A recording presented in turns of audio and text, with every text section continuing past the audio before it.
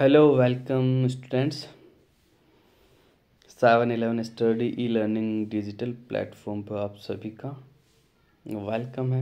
और आज हम जो डिस्कस करने वाले हैं वो आरपीएससी का जो कि एक प्रीवियस ईयर का जो पेपर है यानी ओल्ड पेपर जो है उसके बारे में चर्चा करेंगे।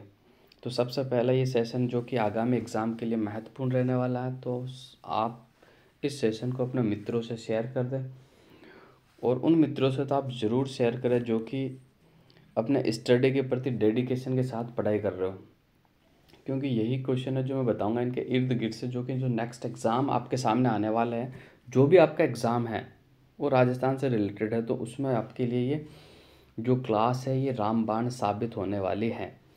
तो आप अपने मित्रों से ज़रूर शेयर करें और नए हो तो आप मेरे चैनल को सब्सक्राइब भी करें। इसी तरह का जो इम्पोर्टेंट कंटेंट है आपको उपलब्ध होता रहेगा और यही कंटेंट है जो आपकी सफलता का कारण बनने वाला है। तो चलो शुरू करते हैं। सबसे पहले मैं पेपर के बारे में आपको बता देता हूँ ये कौन सा पेपर है। तो ये जीके और हॉर्टिकल्चर का पेपर है और एएआरओ जो कि आरपीएससी द्वारा लिया गया है, असिस्टेंट एग्रीकल्चर रिसर्च ऑफिसर का पेपर है, ठीक है, और एक अच्छा लेवल का पेपर है, ठीक है। इसका जो एग्ज़ाम हुआ था वो 27 अगस्त 2022 को, अभी लेटेस्ट ही पेपर है, ज़्यादा पुराना नहीं है, और इसके आंसर की भी जारी कर दी गई थी। तो शुरू करते हैं, पहला क्वेश्चन की ओर बढ़ते हैं। पहला क्वेश्चन क्या है अपना? पहला क्वेश्चन है अपना, देखो आपके सामने स्क्रीन पे नज़र आ रहा था, बहुत ही शानदार क्वेश्चन है कि बनास, चंबल, सीप नदियाँ किस जिले में राजस्थान का त्रिवेणी संगम का निर्माण करती हैं? तो देखो इसका जो सही आंसर हो जाएगा बिल्कुल ऑप्शन नंबर 4 जो होगा। कौन सा होगा? ऑप्शन नंबर 4, यानी सवाई माधोपुर के अंदर ये तीनों नदियाँ मिलती हैं, बनास, चंबल और सीप। अब देखो त्रिवेणी संगम क्या होता है मैं बताता हूँ आपको। त्रिवेणी संगम यानी मान लो एक नदी इधर से मिल रही है, ठीक है, एक नदी से इधर से मिल रही है, यानी तीन नदियों का जो स्थल होता है जहाँ मिलने का जो किनारा होता है, तीन नदियाँ जहाँ मिलती है उसे त्रिवेणी संगम के नाम से जाना जाता है। ये बनास जा रही है, ठीक है, और ये चंबल जा रही है, इधर से बनास आ गई, इधर से सीप मिल गई, सीप मिलने से फिर ये त्रिवेणी संगम बन गया। ये बनास, चंबल और सीप नदियों का जो त्रिवेणी संगम है स्वयं माधोपुर के अंदर स्थित है। नेक्स्ट अगले क्वेश्चन की ओर बढ़ते हैं। अगला क्वेश्चन क्या है अपना? निम्नांकित युग्म जिलों में से कौन सा युग्म राजस्थान में सर्वाधिक लिंगानुपात और सबसे कम लिंगानुपात की दृष्टि से जनगणना 2011 के आधार अनुसार सही है? तो ऑप्शन नंबर 2 का जो सही आंसर होगा बिल्कुल 1 नंबर होगा। सर्वाधिक लिंगानुपात डूंगरपुर का है और न्यूनतम लिंगानुपात जो था वो धौलपुर का था, ठीक है। सर्वाधिक डूंगरपुर का हो जाएगा 994 और सर्वाधिक जो न्यूनतम लिंगानुपात था वो धौलपुर का था, ठीक है, 846। नेक्स्ट आगे की ओर बढ़ते हैं अगले क्वेश्चन की ओर। नाकोड़ा पर्वत को निम्नलिखित में से किस और नाम से जाना जाता है? तो नाकोड़ा पर्वत को किस और नाम से जाना जाता है? तो इसका जो सही आंसर हो जाएगा वो 56 की पहाड़ियों के नाम से जाना जाता है, ठीक है, जिसमें बाड़मेर से लेकर सिवाना तक जो कि 56 की पहाड़ियाँ बनी हुई, ऊंची नीचे आकार में बनी हुई है, और इसी पर स्थित नाकोड़ा पर्वत भी है जहाँ जैनों का तीर्थ स्थल भी स्थित है। तो नाकोड़ा पर्वत को दूसरे नाम से जो जाना जाता है वो 56 की पहाड़ियों के नाम से जाना जाता है। ओके, अगले क्वेश्चन की ओर बढ़ते हैं। अगला क्वेश्चन अपना क्या रहने वाला है? भीलों के किस नृत्य में नकली स्पर्धा और जन्य युद्ध प्रदर्शित किया जाता है? तो भीलों का कौन सा युद्ध है? तो देखते हैं। बांगड़िया का संबंध तो कालबेलिया से, ये तो अपना ऑप्शन से बाहर हो ही गया, ठीक है। गैर नृत्य ये भीलों का हाथीमणा, भीलों का ये नेजा, भीलों का। तो ये जो नेजा नृत्य होता है इसके अंदर नकली युद्ध का प्रदर्शन किया जाता है भीलों द्वारा, ठीक है। और हाथीमणा जो इनका नृत्य होता है वो विवाह के अवसर पर होता है, ठीक है। और गैर जो फसलों के अवसर पर 40 दिन का, ये सबसे लंबा होता है, 40 दिन तक होता है। नेक्स्ट आगे चलते हैं अपन। कवि राजा बांकेदास किस शासक द्वारा संरक्षित राजकवि थे? तो ऑप्शन नंबर 5 का जो बिल्कुल सही आंसर होने वाला ऑप्शन नंबर 2, जोधपुर के राजा मान सिंह के राजकवि थे, इनके दरबार में रहते थे। और बांकेदासरी खयात नामक इन्होंने एक खयात भी लिखी हुई है जिनके अंदर जोधपुर के राज्य का विवरण है। नेक्स्ट आगे चलते अगले क्वेश्चन की ओर बढ़ते। अगला क्वेश्चन क्या है अपना? यानी इटालवी यानी इटली के जो विद्वान हैं टैसीटोरी निम्न में से किस क्षेत्र में अपने योगदान के लिए जाने जाते हैं? यानी इटली के रहने वाले जो विद्वान हैं टैसीटोरी, इन्होंने कौन से क्षेत्र में अपना योगदान दिया था? तो इसका जो सही आंसर हो जाएगा ऑप्शन नंबर 4, बिल्कुल राजस्थानी व्याकरण पर लेख लिखा था इन्होंने, ठीक है। छठे का जो सही आंसर होगा क्या होगा भाई? ऑप्शन नंबर 4, राजस्थानी व्याकरण पर इन्होंने लेख लिखा था, ठीक है। तो इस योगदान में, इस क्षेत्र में इन्होंने अपना योगदान दिया था। निम्न में से कौन सा डिग्री कॉलेज राजस्थान में सबसे पुराना है? तो कौन सा डिग्री कॉलेज राजस्थान में सबसे पुराना है? तो ऑप्शन नंबर 3 आपको दिख रहा होगा, महाराजा कॉलेज जयपुर। ये राजस्थान का सबसे पुराना डिग्री कॉलेज है। सबसे पुराना डिग्री कॉलेज जो है ऑप्शन नंबर 3 महाराजा कॉलेज जयपुर, ये सबसे पुराना डिग्री कॉलेज है। नेक्स्ट अगले क्वेश्चन की ओर बढ़ते हैं। निम्नांकित में से राजस्थान के कौन से जिले में तेंदुपत्ती की उत्पादन नहीं होता है? तो ऑप्शन नंबर 8 का जो सही आंसर है ऑप्शन नंबर 2 हो जाएगा। ठीक है, सिरोही के अंदर तेंदुपत्ता का उत्पादन बिल्कुल नहीं होता। वैसे सिरोही के अंदर तेंदुपत्ते का उत्पादन बिल्कुल नहीं होता है, बाकी उदयपुर में भी होता है, बारां में भी होता है, झालावाड़ में भी होता है। तो देखो ये क्वेश्चन अपने नोट्स में आप ऐड कर लो कि ये क्वेश्चन वापस बनेगा तो थोड़ा कन्फ्यूजेबल भी है, नया क्वेश्चन है तो इसमें कन्फ्यूज़ हो जाते हैं यार, कहाँ नहीं होता तेंदू की पत्ती। तो इसका जो सही आंसर है वो सिरोही में। और आप देखो अपने शेड्यूल के साथ मेहनत करो, मेरा कहना यही है कि आप शेड्यूल के साथ मेहनत करो, आपकी नौकरी ज़रूर लगेगी अगर आप अपने मेहनत के प्रति ईमानदार हो।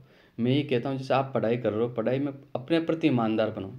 जैसे क्या होता है, कुछ स्टूडेंट्स होते हैं जो अपने घर वालों को बेवकूफ़ बनाते हैं, पढ़ने के नाम पे धोखा देते हैं। वो घर वालों को धोखा नहीं दे रहे, अपने आप को धोखा दे रहे हैं। अगर आप अपने पढ़ाई के प्रति ईमानदार और शेड्यूल के साथ, मैं कहता हूँ रोज़ के आप 10 घंटे भी निकाल लेते हो ना, आप कोई सी जॉब की तैयारी कर रहे हो, भले आप RS की तैयारी कर रहे हो तो आपका सिलेक्शन ज़रूर होगा। लेकिन आपको ईमानदारी से मेहनत करनी पड़ेगी और शेड्यूल के साथ मेहनत करनी पड़ेगी। आजकल वो ज़माने नहीं रहे, कंपटीशन बहुत लेवल बढ़ गया है कंपटीशन का, कि भाई 2 घंटे पढ़ने से आपका सिलेक्शन हो जाएगा। नहीं, झूठ बोलते हैं लोग कि 5 घंटे पढ़ने से भी आपका सिलेक्शन नहीं होगा।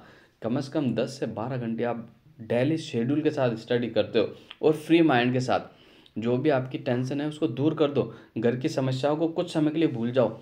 90 दिन ऐसे निकालो कि पढ़ाई के अंदर बेस्ट से बेस्ट आप यूटिलाइज कर सकते हो, तो आपका सिलेक्शन जरूर होगा साथियों। मैं कहता हूँ आपके सिलेक्शन को कोई नहीं रोक सकता। ये चुनावी साल है, इस चुनावी साल में आपका सिलेक्शन जरूर होगा। आप ये मत देखो कि 500 सीटें, 1000 सीटें, 10,000 सीटें, आप ये सोचो कि मुझे तो बस एक सीट चाहिए और मुझे एक सीट को लेना और एक सीट मेरी सरकारी नौकरी लग के मुझे घर वालों की जो गरीबी है उसको दूर भी करना है और समाज के अंदर मुझे सम्मान पाना है। और आप अपने लक्ष्य के प्रति अगर पूरा समर्पित हो तो ज़रूर आप अपने लक्ष्य को प्राप्त कर लोगे। इसलिए मेरा कहना यही है कि आप अपने लक्ष्य के प्रति समर्पित रहो, एक न एक दिन आपका ज़रूर सिलेक्शन होगा। मैं तो कहता हूँ यही साल है 2023 नौकरी पाने का सुनहरा अवसर, कि उसके बाद इलेक्शन ख़त्म हो जाएंगे, फिर आप मान के चलो कि 2-3 साल कोई वैकेंसी नहीं आने वाली है। इसलिए कि भाई आखिरी है ये 2023, जो भी आप तैयारी कर रहे हो, first grade, second grade, RS, ठीक है, जूनियर अकाउंटेंट की तैयारी करो, ERO की तैयारी कर रहे हो, पटवारी की तैयारी कर रहे हो, ग्राम सेवक की तैयारी कर रहे हो, ठीक है, जो भी आप तैयारी कर रहे हो, हाईकोर्ट LDC की तैयारी करो, RSM LDC की तैयारी करो, तो आपका सिलेक्शन जरूर होगा साथियों। तो आप मेरे क्लासों के साथ जुड़े रहे, यही क्वेश्चन है जो आपको सफलता भी दिलाएंगे और इसके इर्द गिर्द क्वेश्चन बनेंगे। ठीक है, आप पेपर उठा के देखना, यही से क्वेश्चन वापस से रिपीट होता है। और मैं आपका ज़्यादा समय खराब नहीं करते हुए अगले क्वेश्चन की ओर बढ़ता हूँ। थोड़ा सा मैंने आपका टाइम ले लिया था मोटिवेशन में, तो उसके लिए क्षमा प्रार्थी हूँ मैं। और अगले क्वेश्चन की ओर बढ़ते हैं अपन। निम्नलिखित में से कौन सी नदी जालोर जिले में नहीं बहती है? तो जालोर जिले में नहीं बहती, कौन सी नदी नहीं बहती? तो इसका जो सही आंसर हो जाएगा बिल्कुल ऑप्शन नंबर 2, मैनाली नदी जो है वो जालोर जिले में नहीं बहती है। ठीक है, बांडी बहती है, सूखड़ी बहती है, लूनी भी बहती है। ठीक है, ये मैनाली जो नदी है भीलवाड़ा के अंदर वाली नदी है। ठीक है, नेक्स्ट आगे चलते हैं अपन। दयाल दास रे ख्यात प्रमुखतः किस राज्य के इतिहास वर्णित है? तो दयाल दास के जो ख्यात है उसके अंदर बीकानेर राज्य का जो इतिहास है वो वर्णित है। ठीक है, दयाल दास के ख्यात का संबंध बीकानेर से है बिल्कुल। ठीक है, ये सवाल कई बार पूछा हुआ और इम्पोर्टेंट सवाल है। नेक्स्ट अगला क्वेश्चन की ओर चलते हैं अपन। 19वीं शताब्दी में किस कवि को दरबारी चाटुकारिता से दूर रहकर ब्रिटिश शासन के खिलाफ लिखने के लिए लोक कवि कहकर पुकारा जाता था? देखो कितना ज़बरदस्त सवाल है। अगर मेरा आप इस सवाल को देख रहे हो तो वाकई में देखो कितना अच्छा सवाल है। इसकी लैंग्वेज देखो, सवाल को कैसे बनाया, जो पेपर सेटर एग्जामिनर है उसने कैसे बनाया कि 19वीं शताब्दी में किस कवि को दरबारी चाटुकारिता से दूर रहकर ब्रिटिश शासन के खिलाफ लिखने के लिए लोक कवि कहकर पुकारा जाता था? तो इसका जो सही आंसर हो जाएगा बिल्कुल ऑप्शन नंबर 4, शंकरदान सामोर। शंकरदान सामोर और बिल्कुल राइट आंसर होगा। और बहुत इंपॉर्टेंट सवाल है, ये लेवल का सवाल है। RS में जो सवाल बनते हैं वो इसी लेवल के सवाल बनते हैं। नेक्स्ट आगे चलते हैं। राजस्थान में मरु कार्यक्रम किस वर्ष में प्रारंभ किया गया था? तो 12 का जो बिल्कुल सही आंसर हो जाएगा ऑप्शन नंबर 2, 1977-78 के अंदर राजस्थान में मरु विकास कार्यक्रम शुरू किया गया था। ठीक है, तो ये सवाल कई बार पूछा हुआ, अब भी पूछा जाएगा। ये मत सोचो कि एक बार पूछ लिया नहीं आता, आप पेपर उठा के देखो, एक क्वेश्चन 10 से 12 बार रिपीट हुआ है। तो ये क्वेश्चन बार बार रिपीट होते हैं, इसलिए मैं कहता हूँ अच्छे से नोट्स बनाओ। आप एक कॉपी लो, पेन लो, जब भी मेरी क्लास आती है कॉपी पेन के साथ बैठा करो, और जो आपको नहीं आता वो क्वेश्चन ऐड करा करो आप अपने नोट्स में। और उसी नोट्स को जब लास्ट टाइम होता है, 10 से 15 दिन आपके एग्जाम के रहते हैं, तो उन नोट्स को आप अच्छे से रिवाइज करके एग्जाम में बैठना। फिर आप खुद देखना कि उन क्वेश्चनों से आपको कितना बेनिफिट मिला और वो क्वेश्चन आपके लिए कितने लाभदायक साबित हुए। तो चलते अगले क्वेश्चन की ओर। अगला क्वेश्चन क्या अपना, नागौर की उच्च भूमि की औसत ऊंचाई कितने मीटर है? तो इसका जो सही आंसर हो जाएगा 13 का ऑप्शन नंबर 2, 300 से 500 मीटर। कितनी ऊंचाई है भाई? 300 से 500 मीटर। नेक्स्ट अगले क्वेश्चन की ओर चलते हैं। BWHW से अभिप्राय है, तो 14 का जो बिल्कुल सही आंसर हो जाएगा ऑप्शन नंबर 2, शुष्क उष्ण मरुस्थलीय जलवायु। शुष्क उष्ण मरुस्थलीय जलवायु BWHW से अभिप्राय है, तो ऑप्शन नंबर 2 आपका बिल्कुल राइट आंसर हो जाएगा। नेक्स्ट अगले क्वेश्चन की ओर चलते हैं। किसी भी क्षेत्र को न्यूनतम सूखाग्रस्त घोषित करने के लिए कितनी वार्षिक वर्षा की मात्रा होनी चाहिए? तो इसका जो सही आंसर हो जाएगा 15 का बिल्कुल 1 नंबर सही आंसर हो जाएगा। ठीक है, 15 का जो सही आंसर हो जाएगा 1 नंबर, 70 से 100 सेंटीमीटर। ठीक है, किसी भी क्षेत्र को न्यूनतम सूखाग्रस्त क्षेत्र घोषित करने के लिए कितनी वार्षिक वर्षा की मात्रा होनी चाहिए? तो 70 से 100 सेंटीमीटर। 15 का जो सही आंसर हो जाएगा ऑप्शन नंबर 1 बिल्कुल सही आंसर होगा। ठीक है, ये न्यूनतम सूखाग्रस्त। नेक्स्ट आगे चलते हैं अपन, अगले क्वेश्चन की ओर बढ़ते हैं। किस रियासत में गोकुल भाई भट्ट ने प्रजामंडल आंदोलन का नेतृत्व किया था? तो इसका जो सही आंसर हो जाएगा option number 4 Sirohi. Option number 4 Sirohi, बिल्कुल गोकुल भाई भट्ट का जो संबंध था वो सिरोही प्रजामंडल से था। नेक्स्ट आगे चलते हैं अपन। हुरडा सम्मेलन में कौन सा शासक सम्मिलित नहीं हुआ था? तो 17 का जो बिल्कुल सही आंसर, देखो करौली का भी शामिल हुआ था, किशनगढ़ का भी हुआ था, बीकानेर और कोटा में भी हुआ था। तो ये क्वेश्चन फाइनली आरपीएससी ने से डिलीट कर दिया गया। ठीक है, तो इस क्वेश्चन की अपन चर्चा नहीं करते हैं, डिलीट क्वेश्चन की चर्चा नहीं करेंगे। अब अगले क्वेश्चन की ओर बढ़ते हैं अपन। क्वेश्चन नंबर 18 जो अपना है, जनगणना 2011 के अनुसार राजस्थान में जनसंख्या घनत्व के घटते हुए क्रम में कौन सा क्रम सही है? निम्नांकित दिए गए कूट का प्रयोग करते हुए सही उत्तर का चयन कीजिए। तो क्वेश्चन नंबर जो 18 उसका जो सही आंसर होगा बिल्कुल जयपुर, भरतपुर, दौसा, अलवर, ये सही आंसर हो जाएगा। ऑप्शन नंबर 3 जो है आपका बिल्कुल राइट आंसर होगा, जयपुर, भरतपुर, दौसा, अलवर। नेक्स्ट अगले क्वेश्चन की ओर बढ़ते हैं। जयानायक रचित पृथ्वीराज विजय में एक शासक की प्रशंसा में लिखा है कि उसने पुष्कर में आक्रमण करने वाले 700 चालुक्यों को मार गिराया था। निम्न में से उस शासक का नाम बताइए।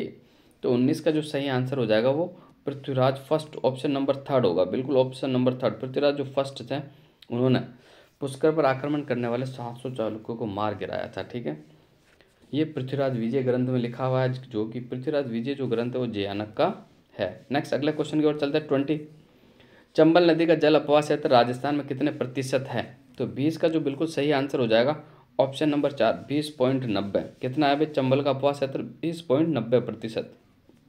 ऑप्शन नंबर 4 आपका बिल्कुल राइट आंसर हो जाएगा। नेक्स्ट अगले क्वेश्चन की ओर चलते हैं। 21, जनगणना 2011 के अनुसार राजस्थान की पुरुष साक्षरता निम्न में से कौन सी है? तो 21 का जो बिल्कुल सही आंसर हो जाएगा वो 79.2%। ऑप्शन नंबर 3 बिल्कुल राइट हो जाएगा आपका, 79.2% ये पुरुषों की साक्षरता है, जबकि महिला की जो थी वो कितनी थी? 52। नेक्स्ट आगे चलते हैं अपन। निम्न में से कौन शूद्र मुक्ति पुस्तक के लेखक हैं? तो इसका जो सही आंसर हो जाएगा 22 का बिल्कुल 1 नंबर होगा। शूद्र मुक्ति पुस्तक के जो लेखक है वो अर्जुन लाल सेठी हैं। ठीक है, अर्जुन लाल सेठी का संबंध जो कि वर्तमान विद्यालय से था और इन्होंने आखिरी समय अपने अजमेर में बिताया था और अजमेर में इनकी डेथ हो गई थी और मूल इनका जो स्थान था वो जयपुर था।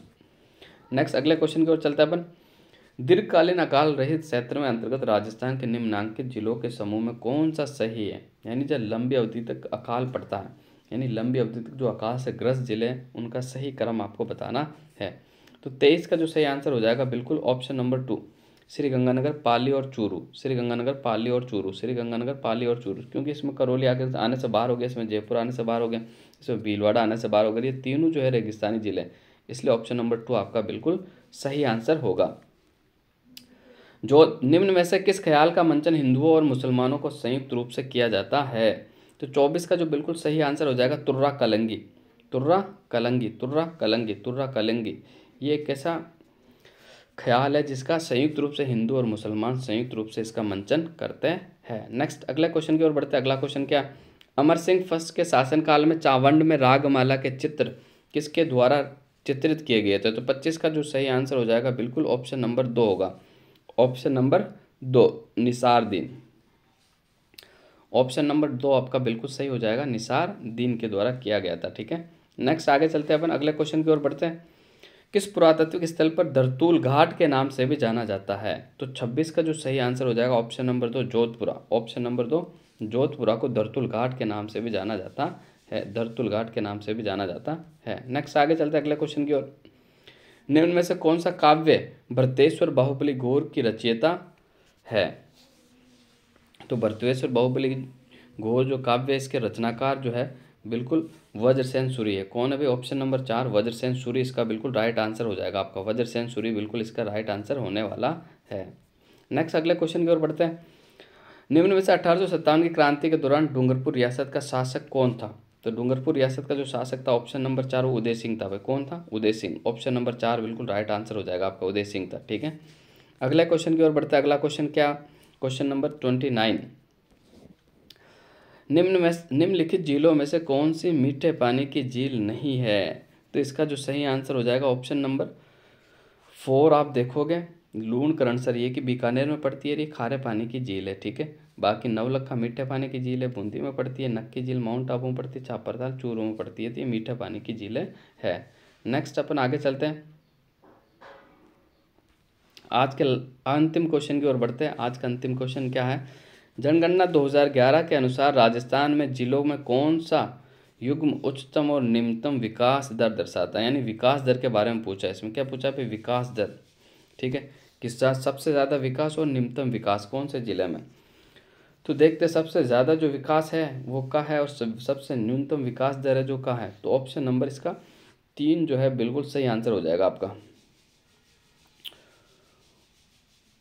उच्चतम विकास दर जो है वो बाड़मेर की है और न्यूनतम जो विकास दर है वो गंगानगर की है। न्यूनतम विकास दर जो है वो ग्रोथ रेट जो है न्यूनतम तो गंगानगर की होगी और उच्चतम जो होगी बाड़मेर की होगी। तो ऑप्शन नंबर 3 आपका बिल्कुल सही आंसर होगा। ठीक है, तो यही आज 30 क्वेश्चन थे। आज के 30 क्वेश्चन मैंने आपको कंप्लीट करा दिए और फिर इसी तरह का सेशन हम आपके लिए नेक्स्ट क्लास में लेकर आएंगे। ये पुराने प्रश्न पेपर जो है आरपीएससी के आरएसएम बोर्ड के जो मेरी प्लेलिस्ट बनी है आप उस प्लेलिस्ट को अच्छे से देख लें और अच्छे से याद कर लें। ठीक है, तो अगले सेशन में आपसे फिर मुलाकात होगी। इस सेशन को अपने मित्रों से शेयर करना और मेरे चैनल को सब्सक्राइब करना। ठीक है, तो आप सभी का नमस्कार।